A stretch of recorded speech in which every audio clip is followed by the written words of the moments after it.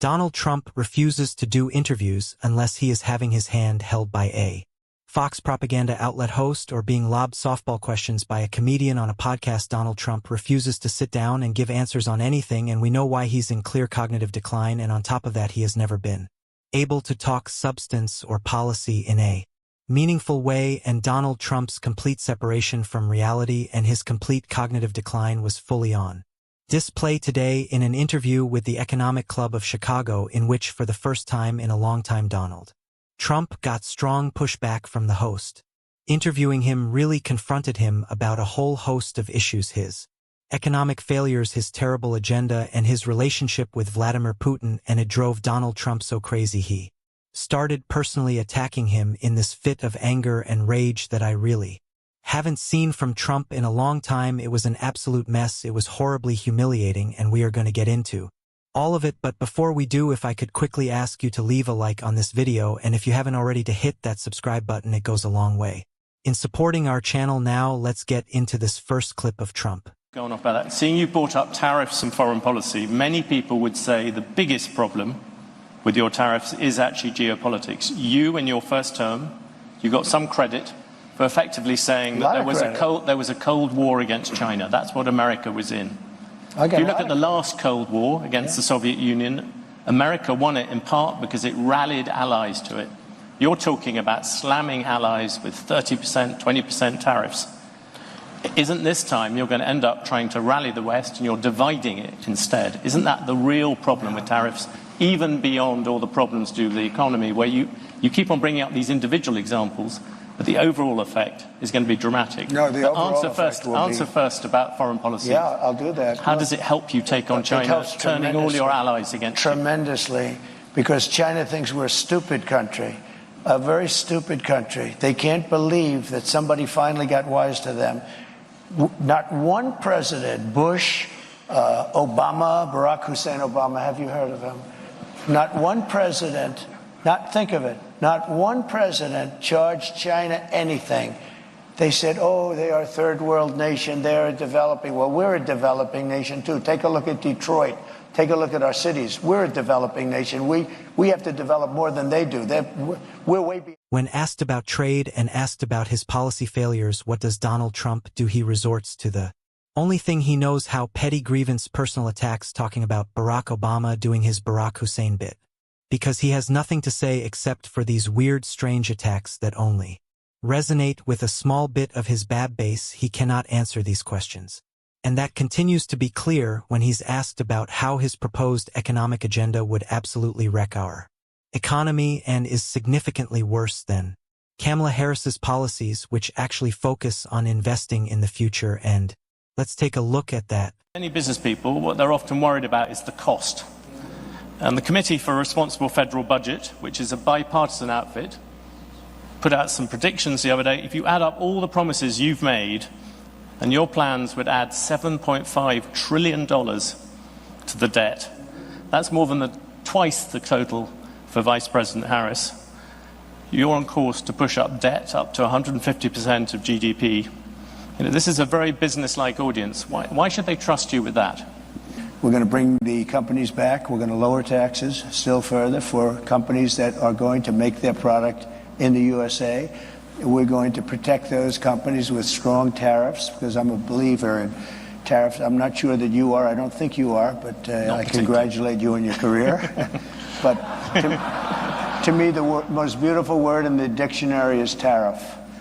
And it's my favorite word. It needs a public relations... As the moderator said, independent agencies have looked at the difference between Kamala Harris's agenda, focusing on making sure we have an opportunity economy in this country, and Donald Trump's random tariff policies, which really just act as attacks on regular Americans, and they know that Donald Trump's plans are bad for business. They'd add trillions more to the national debt. And what is Donald Trump's answer to that? He really doesn't have one. He kind of just flails around on stage, as he always does when asked about policy questions. And when he was asked about a different Putin, he really began to get upset, and we'll see in the clip after that the personal attacks start coming out from Trump. But first, let's take a look at what he had to say when he was confronted about his Relationship with Vladimir You Putin. just mentioned Putin, though, and this has been the controversy of the past week.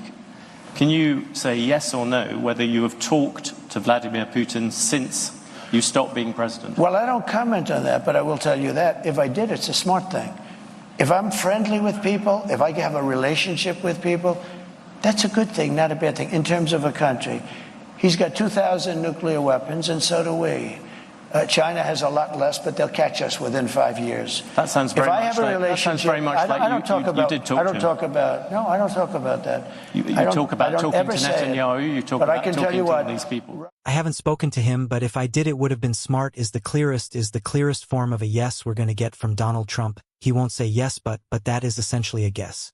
He has been communicating with Vladimir Putin outside of the White House as he was when he was in it, because he is only running for President 1 to stay out of prison, 2 to help his wealthy friends and giant corporations, and 3 to do whatever Vladimir Putin wants because he is his pet, he is his puppet. We have known this for a long time, and it continues to be clear, and being pushed back against like this for Donald Trump really sets him off, and we saw that as Donald Trump began to make personal attacks against this moderator in this club right here. You said you would defend them. You also seem to imply that on Putin you would not. Putin, you seem to imply that you had talked to him without actually confirming. I said I don't comment on those things. What about? Can I ask you a particular thing about the dollar? You talked about wars at the New York Economic Club. You said that if you lost the dollar as a reserve currency, it would be like America losing a war. Yeah. You look at what you're going to do in terms of protectionism, drive countries to use the other currencies, and all that debt is also going to lessen the dollar's status as the world's reserve currency. If Don't you worry about the that? dollar is so secure, your reserve currency is the strongest it'll ever be. And you say that, President Trump, at the moment there is a thing called the Trump trade in the markets. Do you know what that is? The Trump trade is very simple. People are betting that your policies are going to drive up debt, they're going to drive up inflation, so they're going to drive up interest rates.